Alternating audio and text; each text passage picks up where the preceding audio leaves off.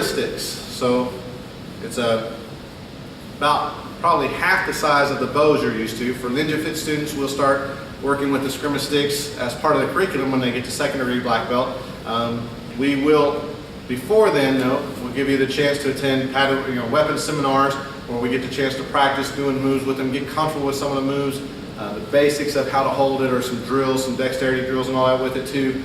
Maybe practicing on a bob or something like that. Before it gets part of your curriculum, you'll have a chance to start getting accustomed to it. So if you have, and a lot of our practice will be on padded weapons, so those are fairly easy to figure out.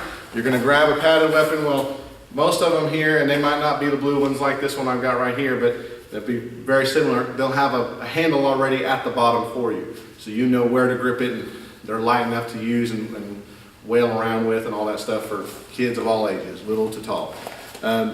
For the sticks, for the wooden ones, a general rule of thumb is if it's from your shoulder to the tip of your finger, if it's about as long as your arm, then somewhere between 2 fingers width down at the bottom exposed, or maybe a fist width down at the bottom exposed, is what feels natural or normal for most people. Some people, some Filipino stick fighters or people that are used to doing Escrima practice may even like that bottom not exposed at all, so that they hold it straight from the very, very bottom of the stick. For a reason. Remember that you're picking up a weapon. It's fun to learn to do different weapons practice, but you do it for a reason. I'm picking something up because either my opponent has a weapon and I want to counter it, or I want to keep them at a distance. That's why I like the bow, staff, sword, things like that are longer. It keeps them at a distance. This stick isn't as long as a bow.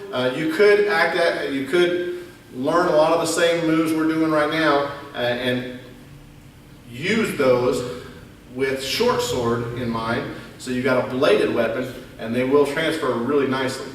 Some people though but anyways, I want to keep my partner at a distance. That's why I like to hold it where you hold it, whatever, and have more of the length up there on the front end of it. Some people, if the stick is longer than your arm, it's hard to find different sizes of sticks, of Escrimas, that fit all purposes and all different size students. I've had some really short, small students that wanted to learn this with us, and you got to find something light enough for them to use, but it's kind of all around one size of a stick, so one size fits all kind of thing.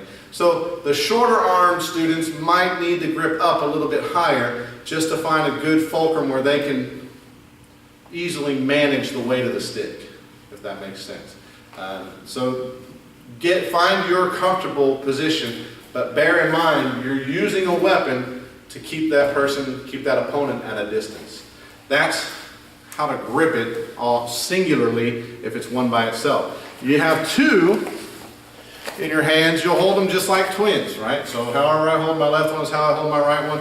I want to be comfortable and I want to use them similarly, so I grip them like twins. However high off the bottom I grip one is how I grip the other. Some people do like to, I'll make this point real quick too, some people do like to use the bottom of it or leave it exposed because you can use that as an attacking point as well. Not just this end of the stick, but the butt end of it. That's called the puño in the Filipino world, Filipino stick fighting world.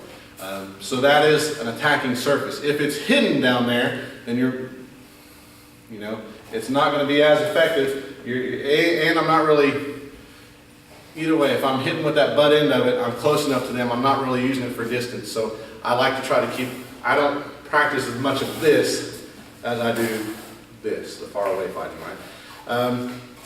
Last thing, if you're doing your stuff in class with a partner or whatever, and the instructor calls things to stop, then the polite way to bring this to a halt and hold your sticks instead of just down here drumming against your legs or whatever, drumming on your partner next to you. The polite way to do this is crisscross them, bring them both together here, so now both of my hands are over both of the sticks.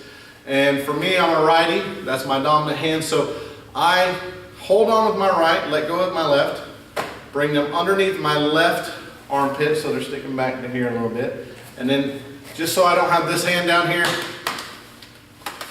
doing stuff, drumming on me and all that stuff, I'll wrap this left hand under the sticks and bring it up to where it grips my own right wrist. This is a kind of comfortable position that a lot of people use as they're listening for instructions or preparing for something in class. This is a good, ready, relaxed position. So once again, I got my sticks out. Instructor says stop. Both of them come together. Armpit, under, wrists. That's how to grip the sticks, how to hold the sticks and ready while you're waiting for instructions. Hey there, I hope you enjoyed that video. If you'd like more information for more videos that we produce, please check out ninjafit.com, and there's ways for you on that page to follow us, friend us, subscribe to us. We got Facebook, Twitter, and LinkedIn and YouTube tabs on there, all for you to find more information about NinjaFit, our program a little bit, and more videos off our YouTube page and Facebook pages that we'll post on instructional things, how to. Some of it's going to be for how to for instructors, for our leadership students, and some of it's going to be how to basic things for some of our future students. So please check us out and enjoy.